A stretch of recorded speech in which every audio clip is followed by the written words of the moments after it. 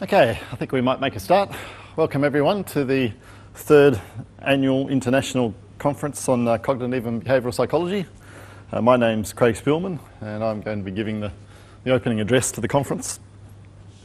And I'd just like to acknowledge my colleague on this paper, Marek McGann, from the University of Limerick in Ireland. Now, psychology, we pride ourselves on being an empirical science. We collect data, we perform analyses, and we're very proud of the fact that we've developed methods for looking at what are quite difficult phenomena, behaviour and cognitions. Certainly we introduce our students to our methods of analysis very early on in their psychology courses.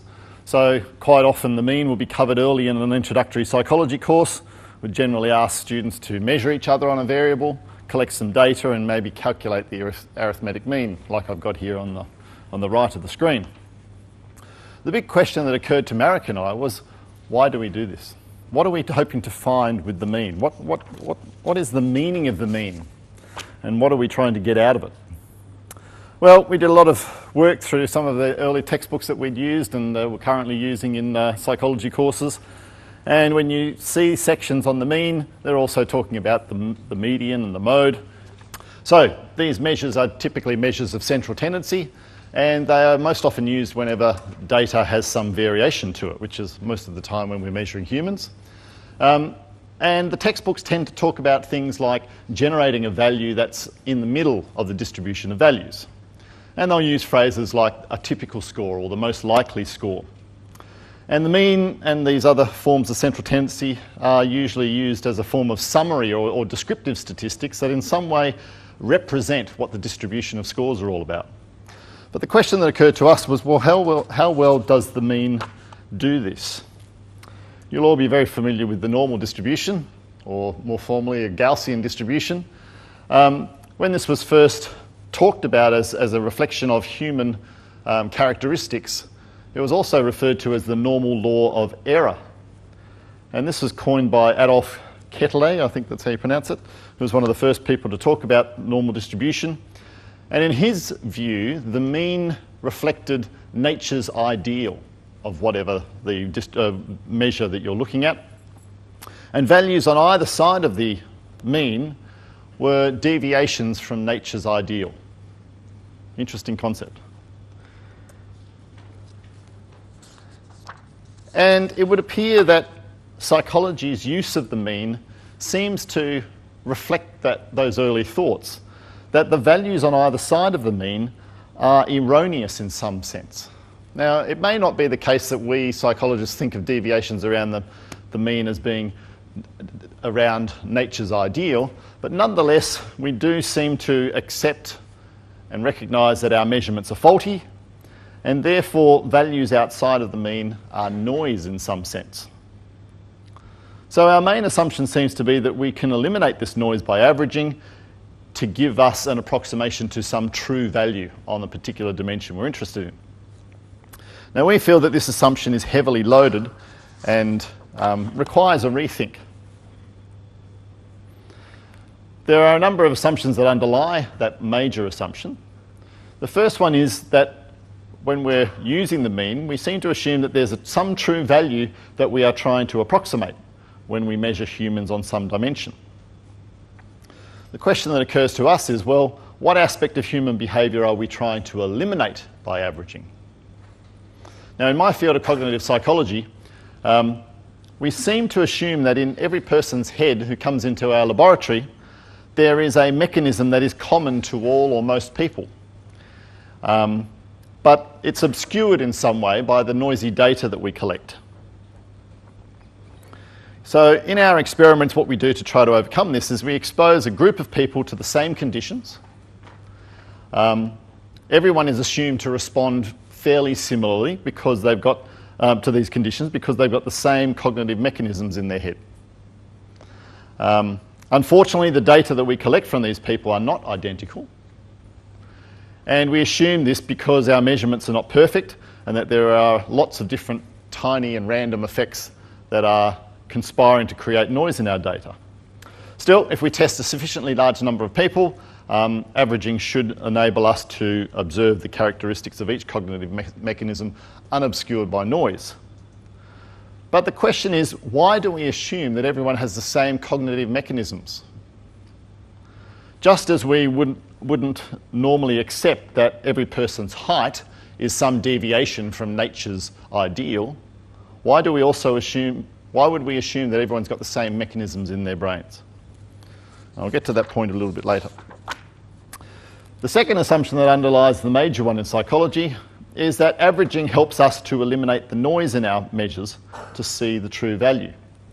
Now, we don't have any dispute with the statistical notion of sampling error, the idea that if there's a population of scores and we take a sample from that population and we measure something about that distribution, let's say the mean, the likelihood that that mean of the sample will be close to the mean of the population is increased if you take a big enough sample. That's a statistical fact, there's no argument with that. What we do have an argument with, though, is the interpretation of sampling error. Just as we are a little disturbed by the notion of the mean reflecting a true value on some variable, we find it challenging to accept that a sample of data is basically a whole lot of noise and there's only one value in there that's meaningful. Essentially, it's suggesting that the noise in our data is a nuisance and it doesn't have any psychological meaning, and therefore we should eliminate it. But we've never seen any justification for this in any of the statistical books that psychology uses. The third assumption that psychology uses to justify its use of the mean, or seems to be, is that any inability to use the mean as a reliable measure of a stable characteristic is a product of weaknesses in methodology or calculation. So it's never the case that we think, oh, well, maybe this assumption about there being some true value, maybe that's wrong. We never seem to accept that. So we assume, in other words, that our methodologies are faulty. Now, all sciences have this to some extent. The physical sciences, like physics and chemistry, whenever they make a measurement of some physical feature of the world, there's always a built-in notion of how much error is in the measurement. In psychology, we accept that notion as well. We take that on board, but we go a few steps further. We're very concerned about the validity of our measures, and there's all sorts of different types of validity. And we also are concerned about the reliability of our measures. In fact, in psychological test theory, there is an explicit recognition of this notion, the idea that whenever you measure someone on some test, for instance, an IQ test, let's say, that reflects some true score, their true intelligence, but there's some error involved. In cognitive psychology, we don't seem to accept that our measures are capable of producing an accurate reflection of the state of a person's cognitive system at some point in time. So what we would do then is we expose a person to the same stimuli under the same conditions on several occasions. We might record their reaction times, let's say, and then we would take an average of all of those reaction times and use that as some estimate of this true reaction time for that person in that condition. But the question that we're interested in is, why is each reaction time that we measure considered to be a deviant of some true value? Could it not be the case that each reaction time we collect is a reflection of the cognitive system at that point in time? It seems fanciful, this idea that if we give people similar experiences over different periods of time and then take the average of all of those to measure some true stable element of the system, we think it a bit fanciful that that could be considered a stable part of the system. If we keep changing the system, we keep giving the system experiences, how on earth could we be seeing exactly the same phenomena in that person? It's a little bit like in physics, the Heisenberg uncertainty principle, this idea that when you are measuring a system, you are at the same time changing the system. So what you get out of your measure is not actually a true reflection of the system. So in psychology, and particularly cognitive psychology, there may not be a stable feature for us to try to measure, because we keep doing something to the system and it keeps adapting to that change. The fourth assumption that we seem to be using in psychology is that the noise in our measurements represents the effects of variables unrelated to the one that we are interested in, the one that we're measuring. There's certainly recognition that we humans are sensitive to many variables at the same time, and that affects our behaviour. But the assumption seems to be that all those random effects, all those effects are in fact random and independent of each other, and particularly independent of the variable that you're trying to focus on. So it's a bit like white noise in a radio. Lots and lots of different frequencies at once, but in a radio you can just tune to the station and eliminate the white noise, and the signal becomes clear. It seems to be the same idea in psychology, that if we can average out all of the noise, the signal or the true value will become clear. Again, we don't see any justification for this in any of the literature. Now, why would I go on and on about all of this? Well, there are in fact important consequences in terms of the interpretation we give to our data, and in particular the mean.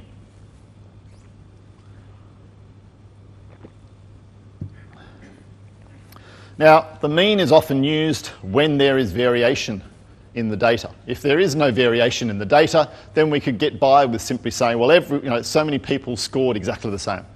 But very rarely is human data like that. So something needs to be done with the variation. And in fact, we have a technique known as ANOVA, which is the analysis of variance. But interestingly, it's not used in a way to analyse variance in the way that I think is important here. In fact, what we tend to be wanting to do with ANOVA is always come up with some conclusion about the mean of one group being different to the mean of another group. Not what's going on within those groups. It's always in terms of the mean. And the question then is, well, is that a fair conclusion to draw out of an ANOVA? Clearly, oftentimes you'll see significant differences between groups reported where the difference is actually very small. And that could be because there were a lot of people in the data. The sample size is very large. And the extent to which you get these significant differences is always related to not only the size of the difference, but how much variation there was in scores and how many scores there were in the first place. But the question is, does a conclusion that follows from something like an ANOVA, where the mean of one group is considered higher than the mean of another group, for instance, is that a fair reflection of what's going on in the data?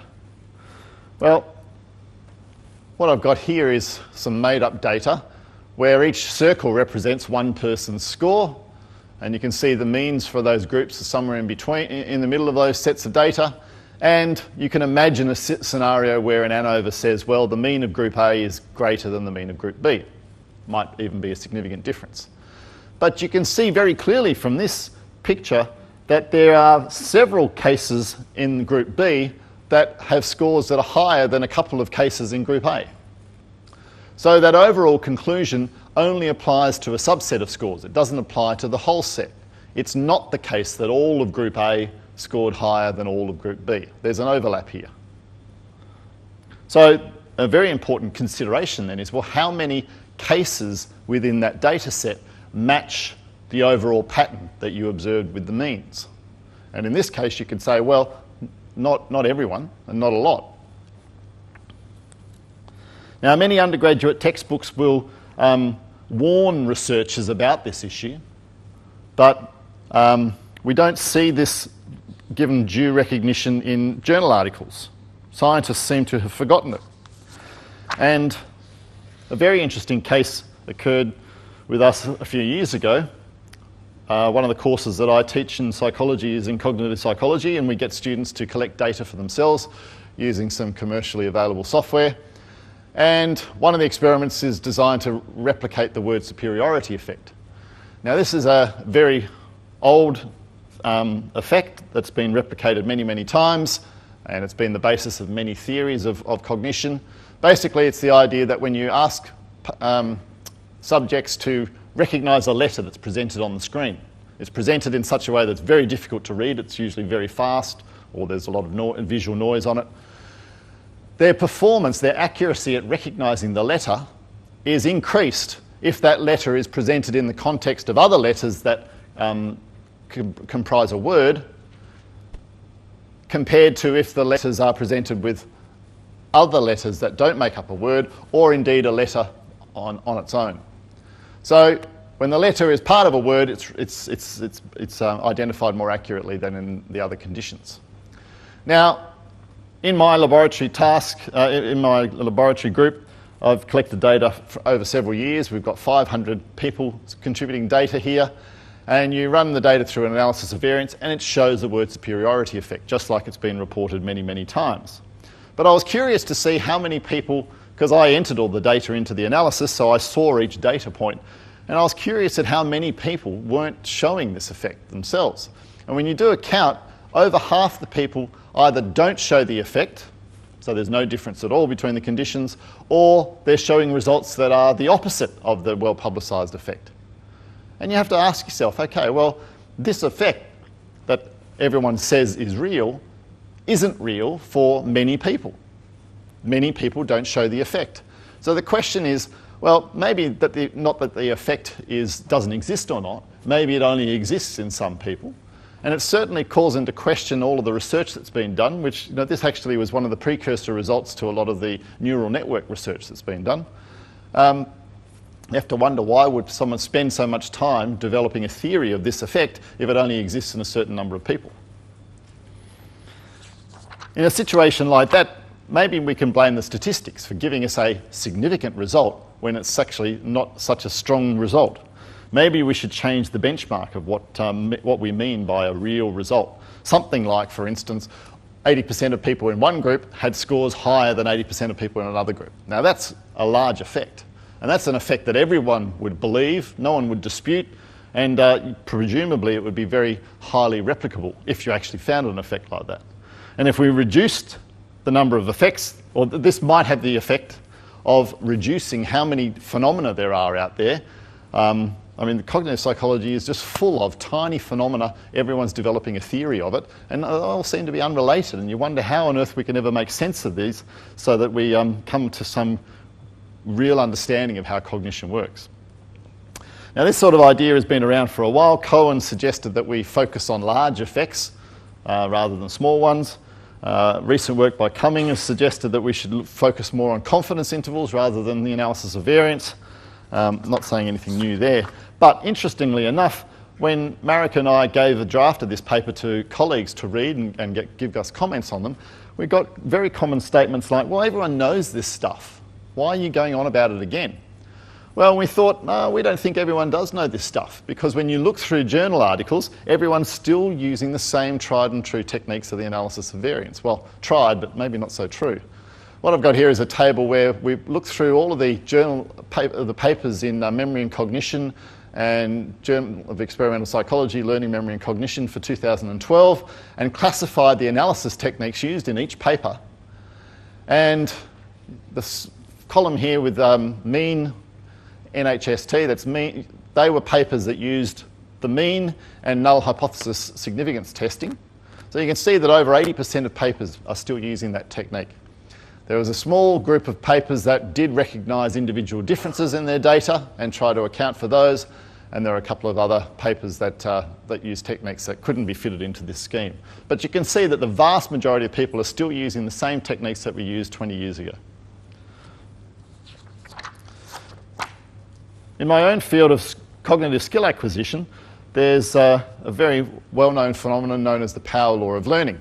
And that's illustrated nicely in this figure on the left, that if you give people a task to perform and give them lots of practice, so that's practice running along the bottom here, and measure the time it takes for them to perform the task, they get faster, and they get faster according to this nice smooth learning curve. Generally, you find large improvements early on in practice, but the amount by which people can improve with each subsequent amount of practice gets smaller and smaller. So there's a diminishing returns. Now, this has been found in many, many different fields. It's quite a ubiquitous result, and some people suggested that this might be one of the few laws in psychology, almost like a law of nature. But more recently, Heathcote and colleagues published a paper that suggested that maybe this isn't so lawful as has been thought, that in fact what you find when you get these nice smooth curves is that you only see that when you average lots of people's data. If you look at individual people's data, you tend to get something that looks a lot more like the figure on the right. People do get faster with practice, there's no disputing that, but they don't get faster according to a nice smooth curve like this. It's much more erratic.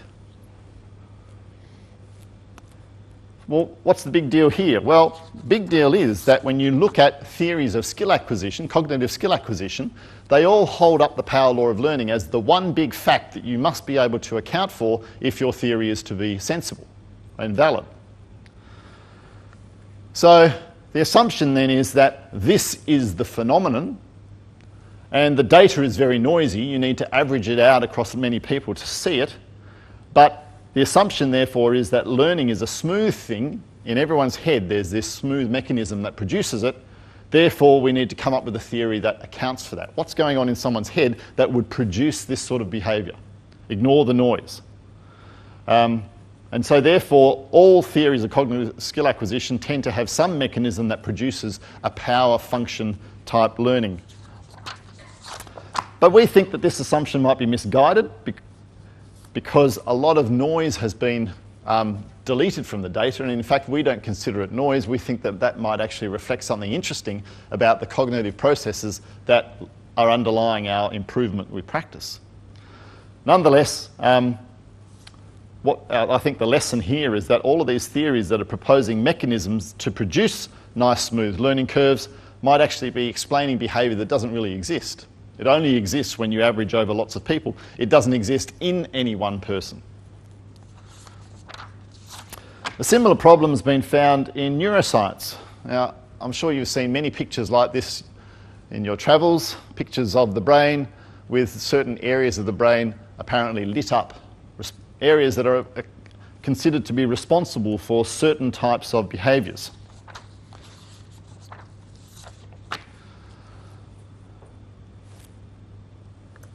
Now, the problem with that sort of data is that they're produced by fMRI machines. People sit in a tunnel and they do certain tasks, and the big magnet around their head collects information about neurons firing. Now, the fMRI machines, or the MRI machines, are very noisy. They're noisy in many senses. They're noisy in auditory sense. They do make a racket. Plus, the data that's produced is very noisy. It needs a lot of cleaning up. And despite what those pictures suggest, that there's some areas that are highly active, it's not the case that the rest of the brain is quiet and doing nothing. All of the brain is doing something all of the time. Sure, there are regions that are highly active and others that are not so active, but nonetheless, this sort of data needs to go through a huge process of averaging to give you those pictures. Firstly, they do the same sorts of things as cognitive psychologists do. They'll give people many trials and in similar conditions and then average the results there. But then what they'll do is they'll try to combine that data with data from other people. And other people, interestingly, have different size heads. You take 10 people and they'll all have a different size and shape head. So how do you combine data, which importantly is where activity is, so it's a geographical position that you're interested in, you somehow have to combine people's heads. And that's a mathematical process where you combine everyone into what's called a standard skull. And then you can calculate some more averages. Now, again, we've got this issue with averaging, but it also suggests something interesting about the assumptions that people in neuroscience are making. This technique of averaging across many trials and many heads suggests that the first assumption they have is that there are brain structures in everyone that are doing similar things.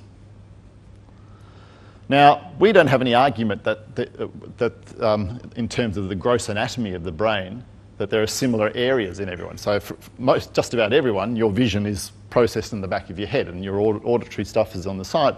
No problems with that at all. But what we do have an issue with is, why do we immediately assume that everyone has the same brain structure in the sense that everyone's processing of words, for instance, is always in the same spot? I mean, hasn't anyone heard of this plasticity idea that if you keep practicing certain things, then you actually you can change your brain? But more importantly, the one real problem we have with this whole methodology is that any alternative theories are ruled out by the methodology, not by the data.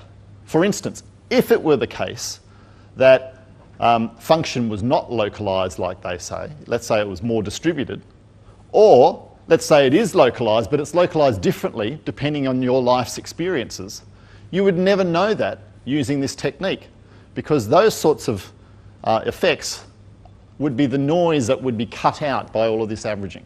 So you can never actually test those hypotheses using this technique. The hypothesis is designed to give you localized function in your data. And the question we would have, well, the statement we would make about this is that the activation patterns that people are observing in this sort of research is actually the sort of thing that you would only expect to see if you average lots of people's heads. So it might actually only be an epiphenomenon, not a real phenomenon. Okay, well, what are our options then? Should we just give up on the mean? Well, that's not what we're suggesting. That would be silly. But we do think that there's a lot in our data that we should be focusing on rather than just getting rid of it with averaging. So the range and the variance, for instance, are important as well.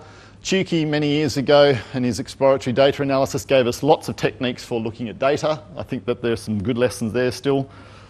A recent paper by Doherty and colleagues, this figure on the right, you can probably just make out the circles in each line represents the means, so it's clear what the pattern of means are doing, but you can also see in all the other data points, that is the data. And you can see that there's a lot of variation in there, and you can say, well, there's a general trend for data to move up, but there's a huge amount of overlap here, so those sorts of considerations would help you to decide whether this is a real effect, a significant effect or not. Significant in the sense, in the scientific sense, not the statistical sense.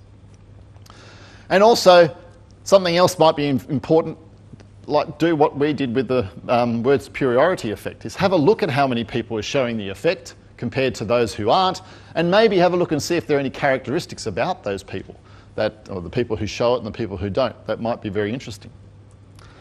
It's also the case that psychology is not completely held hostage by mean and null hypothesis statistical tests. There are other areas in psychology that use other methods and focus more on individuals and individual differences, so we could borrow some methods from them.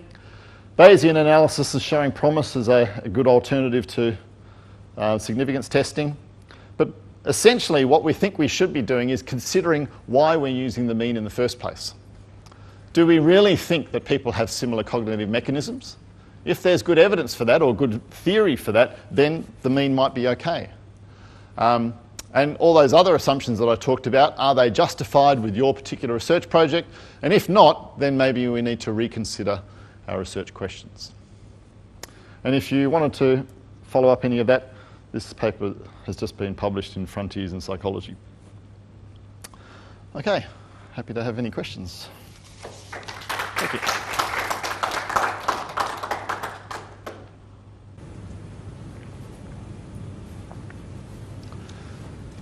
Yes.